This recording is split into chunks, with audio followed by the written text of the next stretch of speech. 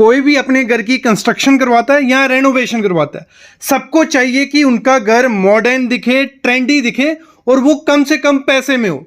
तो आज की वीडियो देख लो, आपको डिजाइनर हायर करने की कोई जरूरत नहीं है। 10 से 12 चीजें करनी है जब भी घर की कंस्ट्रक्शन करवानी है या रेनोवेशन करवानी है। आपका घर एकदम लग्जरियस, ट्रेंडी और मॉडर्न दिखने लग पड़ेगा।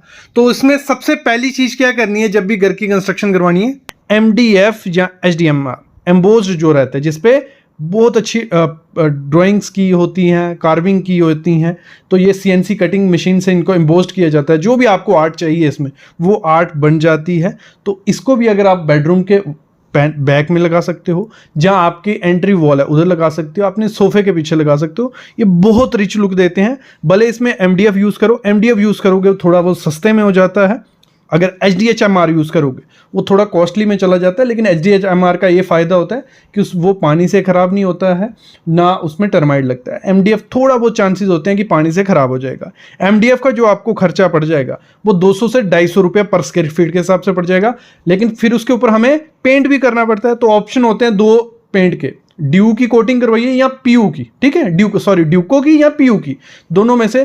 तो वो आप करवा सकते हो। उसका आपको अगर ड्यूको करवाते हो वो सस्ता हो जाएगा 200-250 रुपये पर स्क्वायर फीट में, लेकिन अगर PU करवाते हो वो थोड़ा कॉस्टली होता है, 350 से 550 रुपये पर स्क्वायर फीट के हिसाब से। मतलब अगर एम्बोज्ड MDF या HDMR लगाना है आपको तो पर स्क्वायर फीट आपको खर्चा पड़ जाएगा 400 से स्टार्ट होगा, 1200-1300 रुपये पर स्क्वायर फीट के हिसाब से पड़ जाएगा। लेकिन बहुत अच्छी रिच लुक देता है। जो आपका मेन मास्टर बेडरूम है वहां लगा सकते हो।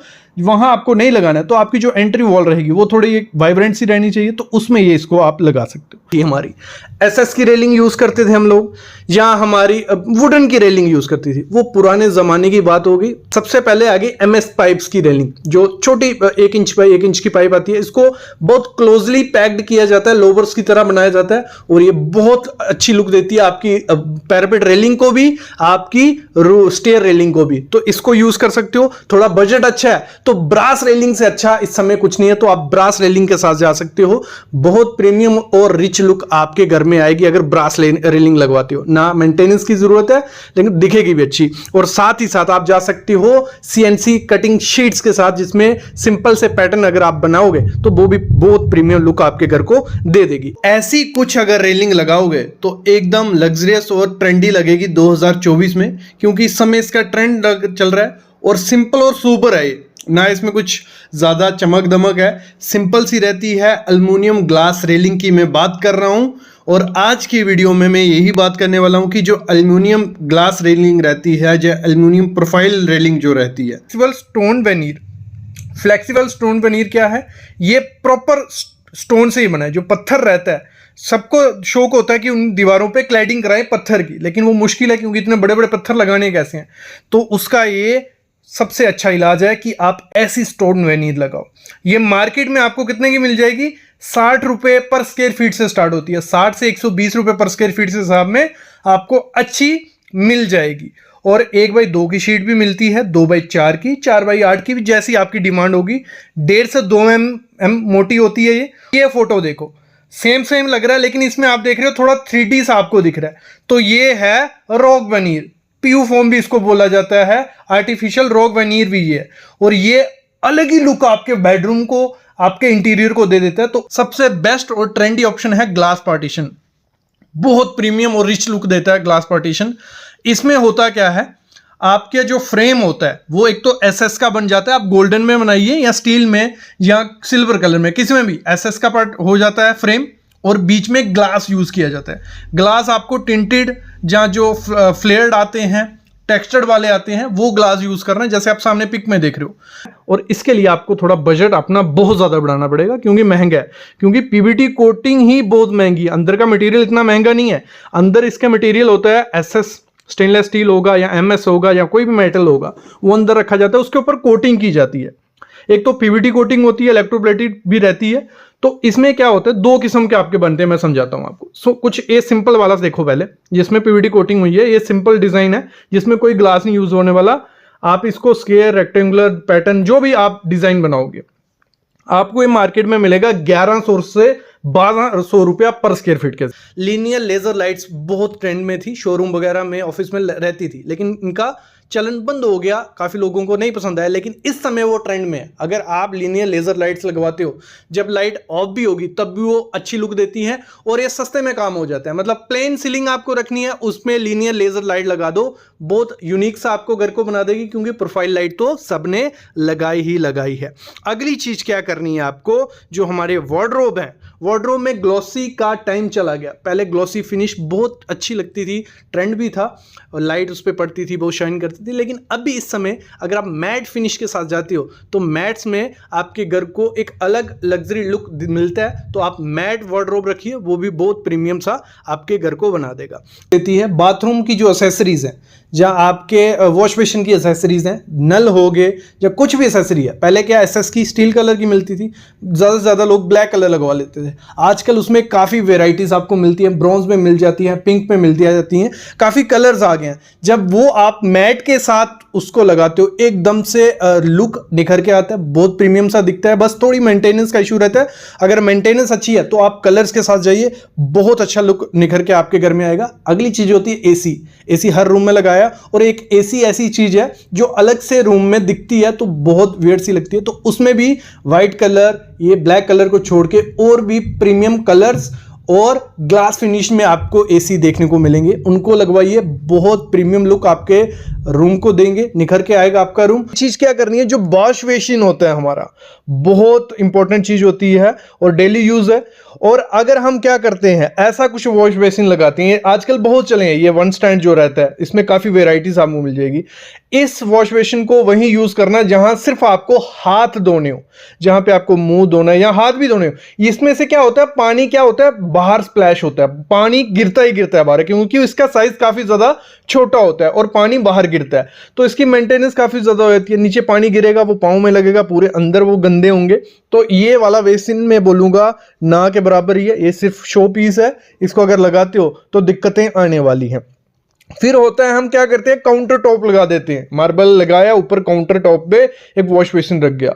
इसमें भी क्या होता है, इसमें भी मेंटेनेंस काफी ज्यादा हो जाती है, पानी बाहर स्प्लैश होता है, हाथ धो रहे हो वो स्टेन पड़ेगा बाहर, तो फिर बाहर की सफाई अलग से, अंदर की सफाई अलग से, तो वो दिक्कत रहती है। तो आपको हमेशा क्या लगवाना है, अंडर काउंटर, जो ऐसे कुछ वॉश बेसिन रहते हैं अंदर की तरफ रहते हैं, तो इनको लगाओ। इनकी क्लीनिंग अच्छी होती है, क्योंकि पानी अंदर है, सब कुछ अंदर गिरेगा, और साइज जितना ज्यादा बड़ा होगा उतना ज्यादा इजी होता है उसको मेंटेन करना। तो ये चीज ध्यान रखना। मेन डोर लगाना है, उसका साइज जितना बड़ा आप रख सको उतना रखना है। और हमेशा एक टिप मैं इसमें जरूर एक्स्ट्रा दूंगा, कभी भी इसको हार्पिक या किसी ऐसे केमिकल से यूज मत कर दे, साफ मत कर देना। तो उसका क्या होता है, एक लेयर होती है इसके ऊपर, सेरेमिक के ऊपर, कि वो स्टेन नहीं रहने देती है। जब आपने वो हार्पिक या कुछ यूज कर लिया, वो लेयर निकल जाती है और स्टेन इसमें चिपकने लग पड़ता है। तो ये चीज है। और कंपनी का, हमेशा कंपनी का लेना, लोकल कंपनी का लोगे तो उसमें होता क्या है, वो सही से बना नहीं होता है और उसमें आपका स्टेन साबुन रह जाता है, वो दाग निकालना बहुत मुश्किल हो जाता है। तो ये चीज हो गई, इससे इसको ऐसे करना है। अगली चीज होती है, लोग हम अपने घर में क्या, बेड हो गया, सोफा हो गया, बहुत मतलब बना रहे हैं, और हम लोग गलती क्या कर रहे हैं, लाइटर शेड ले लेते हैं, वेलवेट सब यूज।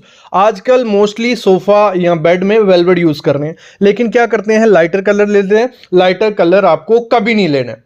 लाइटर कलर लोगे, उसमें हाथ रखोगे या कुछ डस्ट गिरेगी, वो स्टेन जाने नहीं वाले हैं, स्टेन दिखेंगे ही दिखेंगे। तो आपको डार्कर कलर लेने हैं थोड़े इसमें, और साथ ही साथ ऐसा लेने हैं जो वाटर रेपेलेंट हो। फैब्रिक होता है जो, या जूट फिनिश फैब्रिक आता है, तो ऐसे फैब्रिक जो रहते हैं इनमें इतनी ज्यादा स्टेन वो वगैरह नहीं दिखते। हम लोग वेलवेट यूज करते हैं और लाइट कलर लेते हैं, तो वो दिक्कत आ जाती है। अगर आपको वेलवेट ही यूज करना है, लेकिन उसमें ये करना थोड़ा डार्कर कलर लो जिसमें आपको डस्ट नहीं दिखे। तो ये पहले सोचना पड़ता है, नहीं तो दिक्कत आने वाली है। चीज क्या होनी है, कभी भी ड्राइंग बनाने जाओ, आर्किटेक्ट से पूछो वो कौन कौन सी ड्राइंग देगा, मतलब क्या क्या देने वाला है। वो आपको 2D प्लान देगा।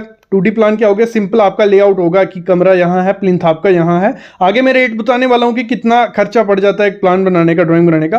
क्या 2D प्लान देगा। दूसरा फर्नीचर लेआउट होता है। कभी भी 2D प्लान मत बनाओ, सिंपल वो प्लान मत बनाओ कि आपका कमरा कहाँ है, आपका रूम ये है, उसके साथ फर्नीचर लेआउट जरूर लो कि आपका बेड कहाँ आएगा, कितना एरिया बच रहा है, फिर एग्जैक्ट आइडिया आपको लगता है कि आपके रूम में जगह कितनी बचेगी।